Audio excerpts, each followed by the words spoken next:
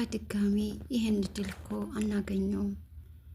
እናታችን መታ ባትከለክላት እኮ እችን ሰይጣን እስከ ወዳኛው ተሰናብተናት ነበር። እናታችን ስላለች ግን ልትተርፍ ቻለች። ነገር ግን ይህን እድል በድጋሚ አናገኘውም። እንዲሁም ደግሞ እዚህ ቤት ሊያኖሩን አይችሉም። ቢያኖሩን እንኳ በራብ ነው የምንሞተው።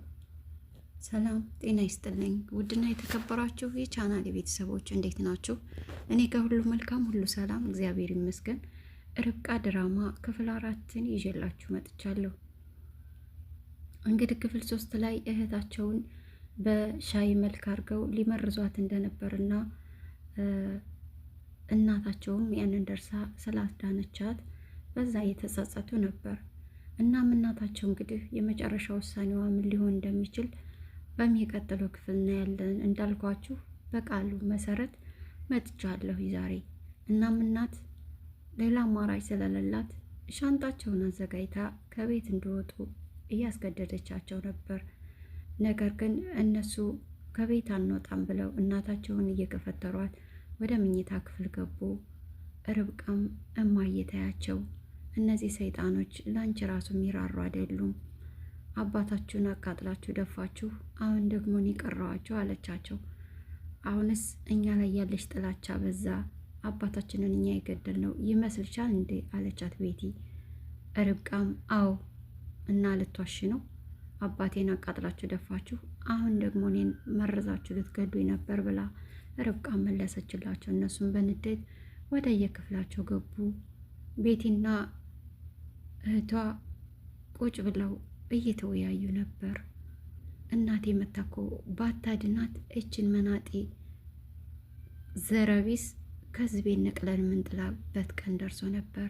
እስከ ወዳኛው እኮ ልንሰናበታት ነበር እያሉ ቤቲና ኩኬ እያወሩ ነበር።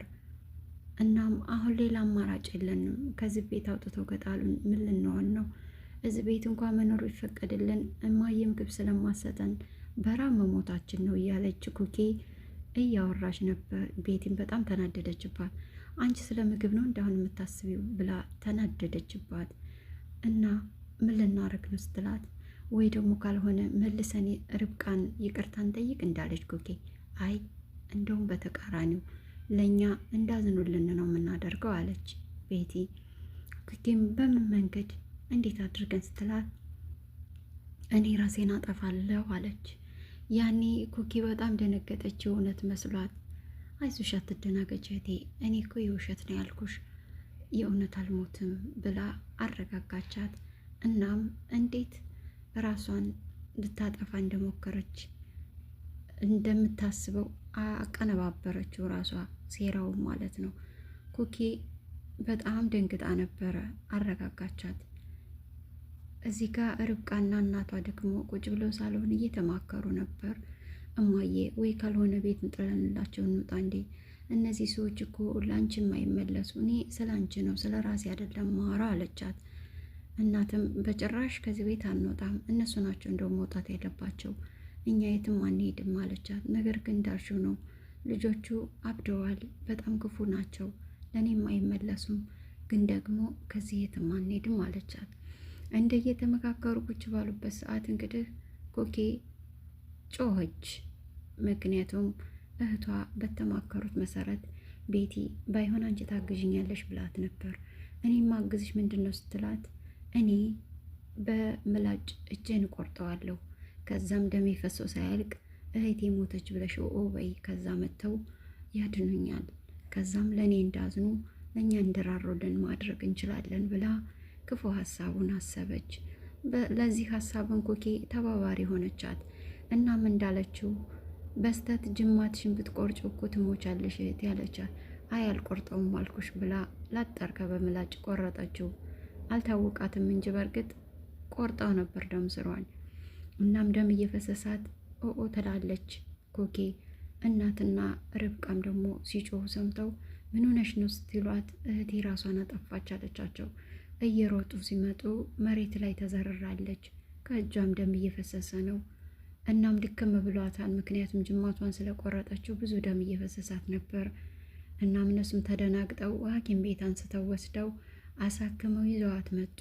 በተቃራኒው እንዳለችውም እነሱ ይቅርታን በመጠየቂያቸው ነገር ግን እናትና ርብቃ መልሰው ለነሱ ማዘን ጀመሩ። እናትም የወለድ አንጀት ስለሆነባት ልጄ እንዴት በዚህ ትቀጭኛለሽ? እንዴትስ እንድታደርጊያለሽ? እንዴት ራስሽን ለማጥፋት እንዴት እኔ እኮ በጣም ነው የምወዳችሁ፣ ምን አለ መልካም ልጆች ብትሆኑልኝ፣ እኔ እኮ ወዳችኋለሁ እያለ እናትን በጸጸት እያዘነች ነበርና እናታችን እኛ እኮ እንደምትወጅና አናውቅም፣ እኛ እኮ ማንም ሰው የሚወደን የሌለ ስለሚመስልን ነው ብለው የውሸት ስብከታቸውን ጀመሩ። እንግዲህ ኮኪም በዛው በተመሳሳይ የሚወደን ሰው ያለ ስለማይመስለን ነው ሁላችንም እንደምንጠላ ነው የሚሰማን እያሉ ማላዘን ጀመሩ። እህታቸው ርብቃም ምግብ ልስራላት ብላ ምግብ ሰርታ ለቤቲ ይዛላት መጣይ። ልታጎርሳት ስትል በእምነት መጉረስ አቃታት። ምክንያቱም ልትመርዛት እንደነበረ ስለምታውቅ እሷም የምትመርዛት መስሎ ተሰማት። አይዞሽ እኔ እኮ እንዳንቺ አይደለሁም፣ ደግሞ ይሄን ላጎርስሽ የነበረውን ይሄው እኔ ጎርስልሻለሁ ብላ በእጇ ልታጎርሳት የነበረውን ራሷ ጎረሰችው ርብቃ። ከዛ ቤቲ ደነገጠች።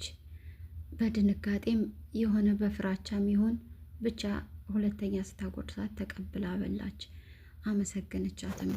እናም ሕክምና በደንብ ክትትል እንደሚያስፈልጋቸው እንዲሁም ደግሞ ሳይኮሎጂ መምህር እንደሚያስፈልጋቸው ወደዛ መሄድም እንዳለባቸው ርብቃ አወራቻት ላይ ቤቲም እብድ ነችው እያልሽን ነው ስትላት፣ አይ በጭራሽ እኔ እንደውም ለሁላችንም የሚሆን አንድ ሐኪም ጋር መሄድ አለብን ብዬ አስባለሁ። ሁሉም ሰው ያስፈልገዋል እኮ ይሄ እብደት ሳይሆን የሳይኮሎጂ የሚያስፈልገው ሰው አለ፣ ለዛ ነው አለቻቸው።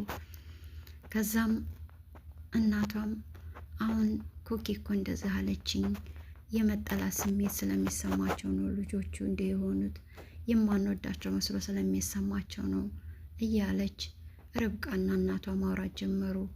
እናትም እስኪ ቤቲ ጋር ልሂድ፣ አንቺ ደግሞ ኮኪን አረጋጊ ብላ ለርብቃ ነግራት እናቷ ወደ ቤቲ ሄደች። ርብቃ ደግሞ ወደ ኮኪ ሄዳ ሻይ ሰርታ ሻይ ይዛላት መጣች። ኮኪም እንደ ቤቲ ስራቸውን ስለሚያውቁ አይ እኔ ይሄን አልጠጣም አለቻት። አንቺን ፈርተሽ ነው አይደል ብላ ማንኪያ ነበረ ውስጥና በሻይ ማንኪያው ሻዩን ቀመሰችላት። ከዛ በኋላ በይንኪ ጠጪ፣ እኔ እኮ አይዞሽ እንደ እናንተ አይደለሁም አለቻት።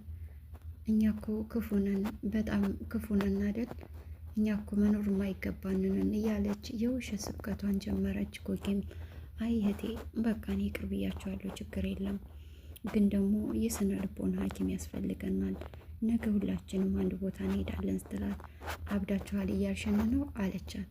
አላልኩም፣ ግን ደግሞ ለሁላችንም አንድ ሐኪም ያስፈልገናል ስትላት፣ አንቺ እንኳ ለኛ ብለሽ እንጂ ለምን ትሄጃለሽ? አንቺ እኮ ጤነኛ ሰው ነሽ፣ ለምን ትሄጃለሽ ስትላት፣ ጤነኛነት እኮ የሚታወቀው ዶክተር ሲያየኝ ነው፣ እኔም መቼ ዶክተር አየኝ፣ እንሄዳለን እየተባባሉ ሰላም እያወሩ ቆይተው ክፍላቸው ገቡ።